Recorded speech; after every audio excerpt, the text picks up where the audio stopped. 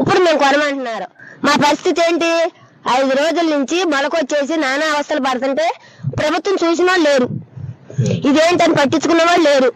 మరి నానా అవస్థలతో రోజు 10 మంది కూలోళ్ళు నెట్టుకుని మేము వేసిన నష్టానికి ఏంటి మాకు? ఇక్కడ వచ్చి చూసిన వాళ్ళు కూడా లేరు. ఇప్పుడే వచ్చారు, మొలకొచ్చినాయి. 5 రోజుల నుంచి కళ్ళంలో నానా అవస్థలు పడుతున్నాం. నేను కొనమట్టాకి ఏడేసింది, ఏడు కొనమంటే ప్రభుత్వం మేమేమైపోతాం? నేను ప్రభుత్వం కొనుక్కుంది కదా ఈ ఒడ్డు, నేను కొనుక్కోమంటే మేము 7 వేయగలిగాం. నీడే కొనంటే మేము వేసేవాళ్ళం కదా. బీబీటీలు అసలు వద్దంటున్నారు, అసలు వద్దంటున్నారు. మరి వేసిన రైతులందరూ ఏమైపోతారు? ఈ ప్రభుత్వం మమ్మల్ని చాలా ఆదుకోవాలని కోరుతున్నాం. రైతు మరో రూపంలో దోపిడీకి గురవుతున్నారు.